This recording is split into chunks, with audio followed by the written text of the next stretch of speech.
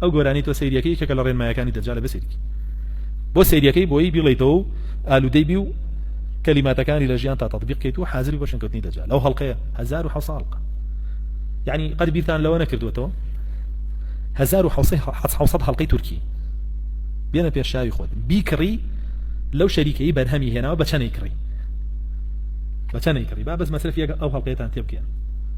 طبعا بە هەزاران دۆلاری کڕی ئەمەیەک دوو ئەگەر بتەوێ پەخشیکەی 1700 سعاتیەوێ لەسەر ئەو کەناڵی کە تۆ پەخشیەکەی کە مانگانەکەی 60 دەفتەر دۆلارە ئەوە ئەویش هەزاران دۆلاری تر ئەگەر بێت و وەری ژێڕی بیکەی بە کوردی زمانە شیرینەکە کاڵی هەنگوینە ئەگەر وەری ژێڕی هەر هەڵقەیەکی بەلانی کەمەوە ئەگەر بۆ وەرگێڕن بەچەند بۆ وەرەگێڕن بەچەند بۆ تای بکرێ بەچەند بۆ تەنووسێت ئەویش هەزاران دۆلاری تری تێچە ئەی ئەو ئەکتەرانەی کە ئەیان هێنی ئەو قسانە بکەنەوە بە کوردی دۆبلاجەکە ئەو چەندی تێچە ئەو هەر زۆری تێچە هەر کارمەندێ بۆ بە سەعاتی شەکە سەعاتی بە چەند دۆلاری شەکە یعنی ئەم هەموو پارەیە سەرفەکرێ دڵسۆزی تۆیە ئەوێ تۆ کاتێکی خۆش بەسەربەری ڕۆڵەوەی ئامادەت کا بۆ دەجال تۆش دانیشی سەیریەکەی 1700 ساعت لە تەمەنە بە چەند ڕۆژەکە لە عمرت بە دیار شاشەوە بەسەر بردووە چ ناڕەحەتیەکی ژەچەژی لە پێنا جاری وایە میزیە ئەمە ئافرەتە خۆیەگرێ تا دیعایەکە ئەندەڕەکە میزەکەیکە نوێژی نەکردووە نوێژ چاوەڕێ دیعایە بکە جا بڕۆ نوێژەکەی بکە یعنی تا هەڵقەکە هەبێ خوا ناناسم کەو بە دیعایە جا خوا ناسم ڕۆم بەرەو پیری ئەو کارە ساتە ئەوە لە ماڵی هەموویان هەیە ئەو ئامادەکردنە بۆ دەجال ئەبۆ شێوە واد لەیەکەن کە ئامادەبی بۆ پێشوازیکردن لە دەجال ڕقی لە هەموو شتێکی ئەم شەریعەتەیە باوەڕکەن ئەو کەسەی دانیشە بە دیار 1700 دانە هەڵقەوە ئەگەر هەر هەڵقەی یەک ئەخلاقی ئیسلامی تیالامە 1700 دانە ڕەوشتی ئیسلامی تیان ڕۆشتووە چی ماوەتەوە لە ئیسلام ئەگەر هەر یەک هەڵقەی کە سەعاتێکە یەک بێ ڕەوشتی تیا بڕوێنێ 1700 بێ ڕەوشتی لەم ئافرەتە ڕوێنراوە دەوەرە بێنە ئامە بکە بە خێزانە قوڕ بەسەر مناڵە تازە خۆ فۆتای ئەوە حقیقەتە کورە مەڵێ 1700 بێ ڕەوشتی تیاڕوێنێ کاکە بڵێ 70 بێ ڕەوشتی تیاڕوێنێ کەمە جاری وا هەیە بە 20 وتار من خەریکم یەک ئەخلاق چاکەم ناتوانم بۆ ناتوانم ئەو 700 هەڵقەی دیوە لە دژیەوە ئەخلاقە 1000 هەڵقەی دیوە لە دژیەوە ئەخلاقە وەڵا بە 200 وتاریش بۆم نایەتەوە تایم ئەوە سەبەبەکەیە گاڵتەتان لێ نەیە گۆرانیەک ئەو هەموو پارەی تێ چێ کلیپێک کاکرێ باشە بۆم هەموو پارەیتیان سەرفەکان ئەمە هەمووی قسەی باقوبری قوڵخەڵاتانی تۆ ئێمە هونەرەوە مەسینەمایە و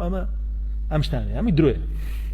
هەر هەمووی ئامادەکردنی تۆیە بۆ پێشوازیکردن لە مام دەجال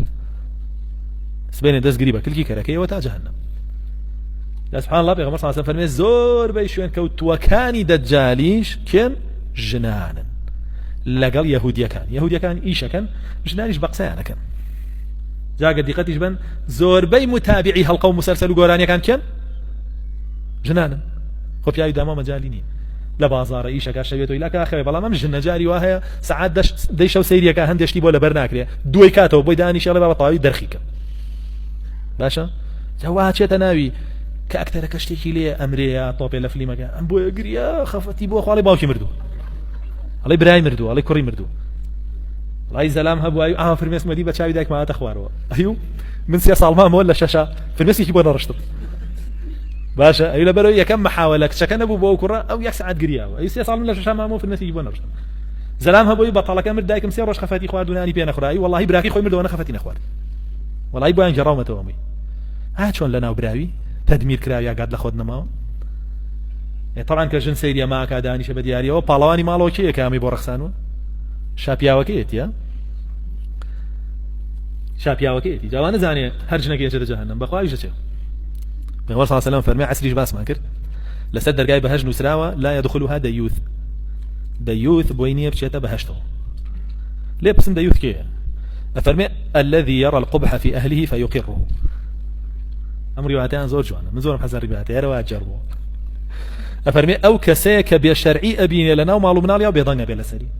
ئەبینێ کچەکەی قسە لەگەڵ کوڕەکە حەقی نییە